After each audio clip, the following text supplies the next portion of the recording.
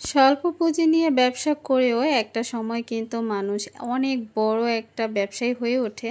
ব্যবসা শুরু করা কিন্তু কঠিন কিছু না, কিন্তু সেটাকে টিকিয়ে রাখা, মেনটেন করা এগুলো কিন্তু অনেক কঠিন ব্যাপার। তবে হ্যাঁ, চেষ্টা করলে কিন্তু সবকিছুই সম্ভব। হ্যালো এভরিওয়ান, আসসালামু আলাইকুম। সবাই কেমন আছেন? আশা করি আল্লাহ তাআলার অশেষ রহমতে সবাই ভালো আছেন। আলহামদুলিল্লাহ, আমরাও ভালো আছি। তো আজকে আমি গোলা রুটি করেছিলাম, আর এটা আমার কাছে একটু সহজ মনে হয়। তাছাড়া আমার দুই ছেলে মেয়ে অনেক বেশি পছন্দ করে। যেহেতু এই রুটিটা একটু নরম হয়, তাই ওরা খুব সহজেই খেতে পারে। সাথে চা এবং ডিম ভাজাও করব। অনেক আপুরাই ব্যবসার অনেক অনেক আইডিয়া শুনতে চান, বা আমার ভিডিওতে সবসময় ব্যবসার আইডিয়াগুলো আপনারা বেশি পছন্দ করেন, আর এর জন্য আমি সবসময় আপনাদের ব্যবসায়িক আইডিয়াগুলোই দেওয়ার বেশি চেষ্টা করি। ব্যবসার কিন্তু অনেকগুলো ধরন হয়ে থাকে, তার মধ্যে দেখা যায় কোনোটা বেশি পুঁজি বা কোনোটায় অল্প পুঁজি দিয়েও কিন্তু হয়ে যায়। আপনি যদি স্বল্প পুঁজি নিয়ে কাজ করতে চান, সেক্ষেত্রে আমি বলবো আপনি হ্যান্ড পেইন্টিংয়ের কাজটা করতে পারেন। আর হ্যান্ড পেইন্টিংয়ের ক্ষেত্রে আপনি কয়েকটা পাঞ্জাবি নিয়ে আসলেন বা কয়েকটা শাড়ি নিয়ে আসলেন, এনে সেগুলোতে আপনি হ্যান্ড পেইন্টিংয়ের কাজ করলেন, যদি আপনি কাজ জানেন। আর এই পাঞ্জাবি এবং শাড়ির যে কাপল সেটগুলো, এগুলো কিন্তু প্রচুর চলে, অনেক সেল হয়। আপনি একদম ম্যাচিং করে কাপল সেট হিসেবে তৈরি করবেন, এবং সাথে যদি কিছু 1 পিস করতে পারেন, 2 পিস করতে পারেন বা 3 পিস করতে পারেন, সেটাও কিন্তু অনেক ভালো। আর হ্যাঁ, এগুলো আপনারা একদম পাইকারি মার্কেট থেকে নিয়ে আসবেন। পাইকারি মার্কেটে কিন্তু এই হ্যান্ড পেইন্টিংয়ের শাড়ি, পাঞ্জাবির সাথে রং, কেমিক্যাল সব কিছুই কিন্তু পাওয়া যায়। তাহলে দেখবেন আপনাদের খরচটাও কিন্তু অনেক কম পড়বে। আমি কিন্তু হ্যান্ড পেইন্টিংয়ের কোনো 1 পিসের ড্রেস করলে কিন্তু সেটা থাকে না, সেল হয়ে যায়। তবে ওইটার পিছনে একটু সময় লাগে, তাই আমি ওইটা করার সুযোগ পাচ্ছি না। অনেক আপুই আমার এই ক্যাবিনেটটা দেখতে চেয়েছিলেন। আমি বলেছিলাম যে আমি নতুন শোকেস আনার পর আমার পুরাতন শোকেসটা দিয়ে আমি একদম কাপড় ভরে ফেলেছি। তো অনেক আপুরাই জানতে চেয়েছিলেন যে আপু আপনার ক্যাবিনেটটা একটু দেখাবেন। তো এই তো দেখেন আমার ক্যাবিনেটটা। এটার ভিতরে কিন্তু আমার পুরো কাচের জিনিস যা কিছু আছে সব কিছু আমি আগে গুছিয়ে রাখতাম। তবে এখন নতুন ক্যাবিনেট নিয়ে এসেছি, তাই এই কাপড়ের ক্যাবিনেটের মধ্যে আমি এটা মানে পুরোটা কাপড় দিয়ে ভরা করে ফেলেছি। এইটা ছাড়াও আমার যে ছোট ক্যাবিনেটটা আছে সেটার মধ্যেও কিন্তু কাপড় আছে, মানে গজ কাপড় দিয়ে ভরে রেখেছি। আর ওই সাইডটার দিকে তাকালে আমি অন্যরকম একটা শান্তি পাই। আর এইখানে এই যে পার্সেলটা, মানে গত ভিডিওতে দেখিয়েছিলাম যে ফতুয়াগুলো, সেগুলো কিন্তু আমি রেডি করে দিয়ে আসছি, মানে পিক আপ ম্যান এসেছে, তাকে দিয়ে আসতে যাচ্ছি। আর এই হিজাবটা বানানোর পর আমার এত একটা হেল্প হয়েছে যে আমি শর্টকাট এটা পরেই চলে যাই। বাচ্চাদের জন্য ডিজাইন করা ড্রেস আপুরা দেখতে চান। অনেক আপুরা বারবার আমাকে কমেন্ট করেন যে আপু বাচ্চাদের ড্রেসের ডিজাইন একটু বেশি করে দেখাবেন। তো যেহেতু আমারও মেয়ে আছে, তাই আমি কিন্তু অনেক ড্রেস তৈরি করতেই পারি, ডিজাইন করতেই পারি, আর আমার ঘরে কাপড়েরও কোনো অভাব নেই। ইনশাল্লাহ এখন থেকে অনেক নতুন নতুন অনেক ডিজাইন পেয়ে যাবেন বাচ্চাদের ড্রেসের। তো এই ডিজাইনের ড্রেসটা কিন্তু আমি প্রায় রমজান মাসে কেটেছিলাম, মানে রোজার ঈদের আগে আমার মেয়ের জন্য। তখন এই কাপড় দিয়ে আমি আরও অনেকগুলো ড্রেস তৈরি করেছিলাম আমাদের ফ্যামিলির যত মেম্বার বাচ্চারা আছে তাদের জন্য। তো এই কাপড়টা দিয়ে আমি আমার মেয়ের জন্য কাটিং করেছিলাম, কিন্তু ওই যে নিজের মেয়ে তো, তাই অলসতা করে আর এটা সেলাই করা হয়নি। তো এবার আমি নিয়েছি যেভাবেই হোক এইটার কাজটা আমি কমপ্লিট করব। তো আজকে এটা আমি সেলাই করতে নিয়েছি। এখন বলি, অনেক আপুরাই হয়তো জানতে চাইবেন যে আপু রং, কেমিক্যাল, পাঞ্জাবি, শাড়ি পাইকারি এগুলো কোথায় পাবো? তো রং, কেমিক্যাল, শাড়ি, তারপরে পাঞ্জাবি এগুলো বা বাচ্চাদের পাঞ্জাবিও কিন্তু ওইখানে পাইকারি আপনারা পেয়ে যাবেন, এবং গজ কাপড়ও পেয়ে যাবেন যেগুলো দিয়ে বড়দের ড্রেস করা হয় 1 পিস। আবার ওড়নাও পাওয়া যায়, এক কালারের ওড়নাও পাওয়া যায়, যেটা আপনারা ম্যাচিং করে কামিজের সাথে ম্যাচিং করে বড় সাইজের ওড়না দিতে পারেন।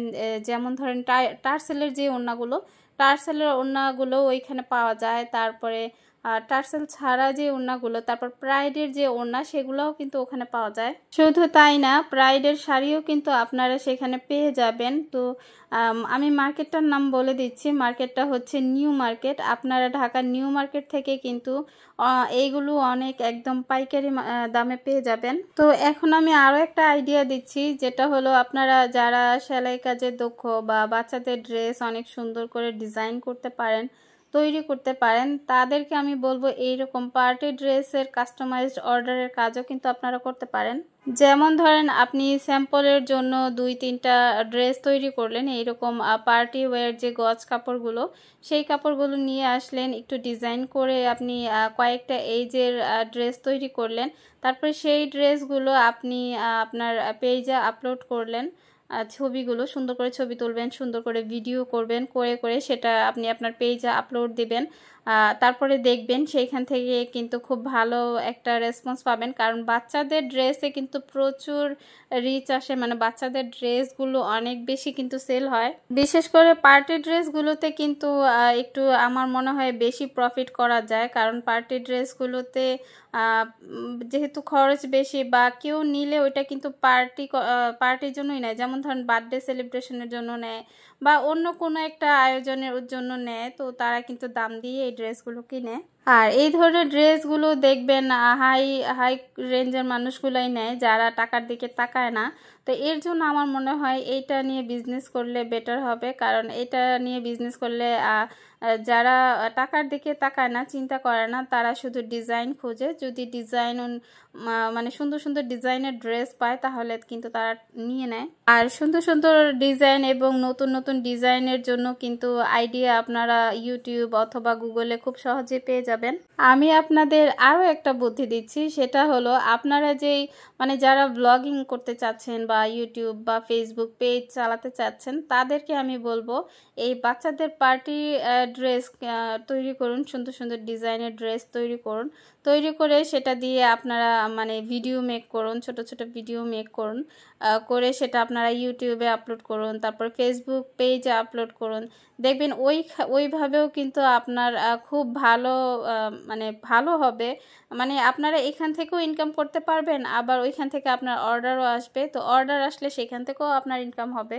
বর্তমানে কিন্তু এমনটাই হচ্ছে, যারা এই যে এইসব পার্টি ড্রেস সেল করছে দেখবেন তারাই ভিডিও বানাচ্ছে, তারাই সব কিছু করছে এবং তাদের কিন্তু সেলও হচ্ছে। আবার এই দিক দিয়ে ইউটিউব ফেসবুক এইখান থেকেও কিন্তু মানে অনলাইন প্ল্যাটফর্ম থেকেও তাদের ইনকাম হচ্ছে, আবার এইদিকে বিজনেসও হচ্ছে।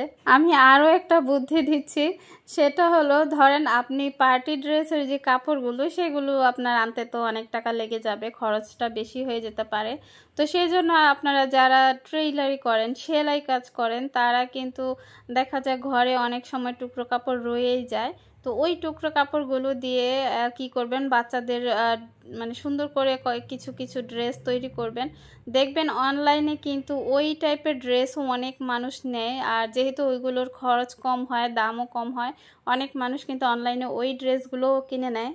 সত্যি কথা বলতে আমার মেয়ের জন্য যে আমি টুকরো কাপড় দিয়ে যে ড্রেসগুলো তৈরি করি, তখন আমি যখন ইউটিউবে আপলোড করি, ইউটিউব না সরি, আমি যখন টিকটকে আপলোড করি ছোট ছোট ভিডিও আকারে, তখন কিন্তু অনেক আপুরা আমাকে ইনবক্স করে যে আপু এটার প্রাইস কত, এটার প্রাইস কত।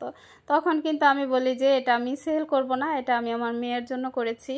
তো আমি যদি সেল দিতাম তাহলে কিন্তু ওইটা আমার সহজেই সেল হয়ে যেত, যেহেতু অনেক মানুষ আমাকে নক করেছিল, ইনবক্স করেছিল। আপনি যে কাজটা জানেন সেই কাজটা আপনি অনলাইন যে কোনো প্ল্যাটফর্ম মানে সব প্ল্যাটফর্মে আপনি আপনার প্রতিটা কাজ তুলে ধরুন এবং সেখানে নিজেকে নিজেকে পরিচিতি গড়ে তুলুন, মানে নিজের পরিচয়টা সেখানে তুলে ধরুন। যখন আপনাকে সবাই চিনবে জানবে তখন কিন্তু সবাই আপনার কাছ থেকে কাপড় কিনবে, মানে এক কথায় বিশ্বাস করবে। এখন আপনার কাছ থেকে যে অনলাইনে কেউ ড্রেস অর্ডার করবে, মানে ভরসা কি, বিশ্বাস কি, এই বিশ্বাস জিনিসটা কেউ কাউকে সহজে করতে পারে না। তো এই বিশ্বাসটা অর্জন করার জন্য আপনার পরিচিতিটা আগে গড়ে তুলতে হবে। অনলাইনের প্রতিটা প্ল্যাটফর্মে আগে আপনার বোঝাতে হবে যে আপনি একজন বিশ্বাসযোগ্য মানুষ, বা আপনি কখনো কাউকে ঠকাবেন না, বা আপনি আপনার ভয়েসটা যেন থাকে, এই বিষয়টা খেয়াল করবেন। আর ব্যবসা করতে গেলে অবশ্যই একটা কথা মাথায় রাখবেন, যেন কারো বিশ্বাস নষ্ট না হয়। সবাই কিন্তু যারা অর্ডার করবে অবশ্যই বিশ্বাস করে অর্ডার করবে, আর সেই বিশ্বাসটা যেন থাকে এই বিষয়টা খেয়াল রাখবেন। কাস্টমার রিপিট করতে হলে বা সেই কাস্টমার ধরে রাখতে হলে অবশ্যই তাকে একদম ভালো কিছু দিতে হবে আপনাকে। তো যাই হোক, অনেক আপুরাই আমাকে কমেন্ট করেন যে আপু বাচ্চাদের ড্রেসগুলো কাটিং সহ, মাপ সহ এবং মানে সেলাই সহ যেন আমি শেয়ার করি। তো আমি এখানে এই চ্যানেলে একটু একটু করে শেয়ার করি, যেহেতু এটা আমার ব্লগিং চ্যানেল। তো আমার একটা সেলাইয়ের চ্যানেল আছে, যেটাতে আমি বাচ্চাদের ড্রেসগুলো একদম মাপ সহ সেলাই কাটিং সব কিছুই সেখানে আমি শেয়ার করি। আর কত বছরের বাচ্চারা পড়তে পারবে সেটাও আমি সেখানে বলে দিই। তো আমার ওই চ্যানেলের নাম হচ্ছে মৌসুমীর সেলাই ঘর, বাংলায় লিখে সার্চ করলেই কিন্তু পেয়ে যাবেন। তো আপনারা চাইলে আপনারা আমার ওই চ্যানেলটা ভিজিট করতে পারেন। আর ভালো লাগলে দেখবেন, সাবস্ক্রাইব করবেন, আর যদি ভালো না লাগে তাহলে করবেন না। তবে অনেক দিন ধরেই ভিডিও দিতে পারছি না, তবে ইনশাল্লাহ এখন থেকে আমি চেষ্টা করব, অবশ্যই দিব, চেষ্টা না অবশ্যই দিব। এখন যে ড্রেসটা তৈরি করছি এটাও কিন্তু কাটিং মাপ সব কিছুই আমি ওই চ্যানেলে দিয়ে দিব। আর এরপরে আরও টুকরো কাপড় দিয়ে যে নতুন নতুন ডিজাইন আমি তৈরি করব, আমি এখনও মাথায় রেখেছি যে কি কি ডিজাইন করব। তো ওই ডিজাইনগুলো আমি একটা একটা করে শেয়ার করব। এখানেও একটুখানি ব্লগিং আকারে শেয়ার করব, আর ওই চ্যানেলে আমি একদম মাপসহ দিয়ে দিব। তো কে কত বছরের মধ্যে ডিজাইন চান অবশ্যই জানাবেন, আমি কিন্তু ওইভাবে মাপটা আপনাদেরকে বুঝিয়ে দিব। আর আজকের এই ড্রেসটা কেমন হয়েছে সেটাও কমেন্ট করে জানাবেন। আর এই ড্রেসটার এই কাপড়টা কিন্তু আমি ভুলতা গাউসিয়া থেকে এনেছিলাম। ভুলতা গাউসিয়াতে কিন্তু মঙ্গলবারে যে হাট বসে, সেই হাটের দিন গেলে কিন্তু অনেক কম দামে অনেক সস্তায় অনেক কিছু পাওয়া যায়। তবে হ্যাঁ, অবশ্যই সাবধান, কারণ ওইখানে কিন্তু অনেক ধরনের রিজেক্ট প্রোডাক্ট সেল হয়, রিজেক্ট কাপড় সেল হয়। তো এর জন্য ওইখানে সব সময় চেক করে তারপরে কাপড় আনতে হয়। তো আমি যেদিন এই কাপড় এগুলো এনেছিলাম, এই পার্টি ওয়্যার কাপড়গুলো, ওইখানে কিন্তু আরও অনেক সুন্দর সুন্দর ডিজাইনের কাপড় ছিল। তো আমি ধরে নিয়েছিলাম যে আমি এই কালারটা নিয়ে আসবো, একটু স্ট্যান্ডার্ড টাইপ কালার। তো এর জন্য এটাই নিয়ে এসেছিলাম। আর তখন কিন্তু ওইখানে আরও অনেক সুন্দর সুন্দর কালার ছিল, যেমন বেগুনি কালার, গাঢ় বেগুনি কালার ছিল, লাল ছিল, আরও সাথে অনেক অনেক কালার ছিল। তো এখন আফসোস করছি যে বাচ্চাদের ড্রেস যেহেতু একটু কালারফুল না হলে ভালো লাগে না। এখন মনে হচ্ছে যদি এই কালারটা না এনে আমি যদি একটু টকটকে কালার আনতাম, বা লাল টাইপের অথবা আরও অন্যান্য কালারের মধ্যে আনতাম, তাহলে হয়তো আরও ভালো লাগতো। আর ওইখানে ছাদ মার্কেটে দেখবেন আপনারা অনেক কম দামে অনেক সুন্দর সুন্দর হিজাব, তারপরে ওড়না, আর বাচ্চাদের এইরকম গজ কাপড়, যে গজ কাপড়গুলো এরকম ডিজাইন করা করা মানে অনেক কিছুই পেয়ে যাবেন অনেক সস্তায়। আমি আবার যেদিন যাব ইনশাল্লাহ চেষ্টা করব একটুখানি ভিডিও করে আনার জন্য। আসলে ওই সময়টা মানে মার্কেটে এত পরিমাণে ভিড় থাকে, আর আমাদের যেহেতু বাচ্চাদেরকে বাসায় রেখে যাই, আবার আমার হাজব্যান্ডের ডিউটি থাকে, তো সে তার ডিউটি রেখে আমার সাথে যায়। তো এর জন্য দেখা যায় আমি ওই সময়টা পাই না, আমার অনেক তাড়াহুড়ো করেই কেনাকাটা করতে হয়। তো ভুলতা গাউসিয়া যদি কেউ কেনাকাটা করতে যান তাহলে আমি বলবো মঙ্গলবারের হাটে যাবেন, ওইটা খুব ভালো হবে। কারণ মঙ্গলবারের হাটের দিন যদি যান আপনি কিন্তু আপনার নিজের অনেক প্রয়োজনীয় জিনিসগুলো আপনি আনতে পারবেন। তো ভুলতা গাউসিয়া তো হাট বসে মঙ্গলবারে, শুধু মঙ্গল না সোমবারেও বসে, তবে সোমবারে আপনারা ছাদ মার্কেটটা পাবেন না। সোমবারে আপনারা পুরো মার্কেট খোলা পাবেন, পুরো মার্কেট একদম 3তলা 4তলা যত দোকান আছে, 4তলা নেই সেখানে 3তলা পর্যন্ত, তো 3তলা পর্যন্ত যতগুলো দোকান আছে সব আপনারা খোলা পাবেন। কিন্তু অন্যান্য দিন গেলে কিন্তু সব দোকান খোলা পাবেন না। ভুলতা গাউসিয়া শনিবার বন্ধ থাকে আর সারা সপ্তাহ খোলা থাকে, কিন্তু সারা সপ্তাহের মধ্যে শুধুমাত্র সব মঙ্গলবারই হাট বসে, আর মঙ্গলবার ছাদ মার্কেটে হাট বসে, আর সোমবার হচ্ছে পুরো মার্কেটে হাট বসে, কিন্তু ছাদে বসে না। তো দূর থেকে যারা যাবেন আমি অবশ্যই বলবো আপনারা সোমবার হয়তো না হয় মঙ্গলবার, বিশেষ করে মঙ্গলবার যাওয়ার কথাই বলবো। আমি কিন্তু আমার অনেক প্রয়োজনীয় জিনিস আমি ওই হাট থেকে নিয়ে আসি। অনেক সময় আমি যেহেতু বোরখা পরি, হিজাব পরি, তো এর জন্য ওইখানে অনেক কম দামে অনেক সুন্দর সুন্দর হিজাব আনা যায়, যে কিন্তু বেছে বেছে আনতে হয়, দেখে দেখে আনতে হয়। তো আমি যখন আনি তখন কিন্তু 5টা 6টা একসাথে নিয়ে আসি। তারপরে আবার পর্দা, মানে ঘরের পর্দাও কিন্তু ওইখানে অনেক কম দামে পাওয়া যায়। তবে আমি পুরো ছাদ মার্কেট এখনো পর্যন্ত ঘুরতে পারিনি, কারণ আমার হাজবেন্ড অত বেশি ঘুরতে চায় না, মানে ছাদে গিয়ে কয়েকটা দোকান ঘুরলেই সে বিরক্ত হয়ে যায়। যেহেতু ছাদে প্রচুর রোদ থাকে আর ছাদের উপরে কোনো প্রকার ছাউনি থাকে না, এর জন্য কিন্তু অনেক বেশি গরম থাকে, তো সেইটাই আমার হাজবেন্ড অনেক বেশি বিরক্ত হয়ে যায়। তো আপনারা যারা যাবেন অবশ্যই সময় নিয়ে ধৈর্য ধরে তারপরে যাবেন, মানে হাতে সময় নিয়ে যাবেন, তাহলে বেশি ভালো হবে। আরেক আপু জানতে চেয়েছিলেন যে আমার বাসা কি শহরে নাকি গ্রামে। আমি নারায়ণগঞ্জ থাকি, তবে নারায়ণগঞ্জের ভিতরে আমরা যে সাইডটা থাকি এটা একটু গ্রামও বলা যায় আবার শহরও বলা যায়। গ্রামই বলবো আমি, কারণ এখানে সহজে সব কিছু পাওয়া যায় না। আর এখানকার রাস্তাঘাটের অবস্থা কি আর বলবো, মানে বাইরে বেরই হতে ইচ্ছা করে, মানে একটু গ্রামের মতোই। তবে এই এলাকায় গার্মেন্টস আছে, যেহেতু গার্মেন্টস আছে সেহেতু এখানে কিন্তু সেলও আছে। মোট কথা যেখানে মানুষের আনাগোনা বেশি বা যেখানে কর্মসংস্থা আছে সেইখানে কিন্তু অবশ্যই কাস্টমার পাওয়া যাবে। তো যাই হোক, কথা বলতে বলতে অনেক কথা বলে ফেললাম। কথায় কাজে কোনো ভুল ত্রুটি থাকলে সবাই ক্ষমা সুন্দর দৃষ্টিতে দেখবেন, এবং যদি ভিডিও সংক্রান্ত কোনো প্রশ্ন থাকে অবশ্যই কমেন্ট করে জানাবেন। আর এই ড্রেসটা ইনশাল্লাহ আমি আমার মেয়েকে পরিয়ে সুন্দর একটা ভিডিও করে তারপর আপনাদেরকে দেখাবো যে আসলে ড্রেসটা কেমন হয়েছে আর পরলে কেমন লাগে। তো আমি যে ডিজাইনটা করেছি এটা যদি বডি পার্টটা প্লেন হতো তাহলে আরো সুন্দর লাগতো। তো আজকের মতো এখানেই বিদায় নিচ্ছি, সবাই ভালো থাকবেন, আল্লাহ হাফেজ, আসসালামু আলাইকুম।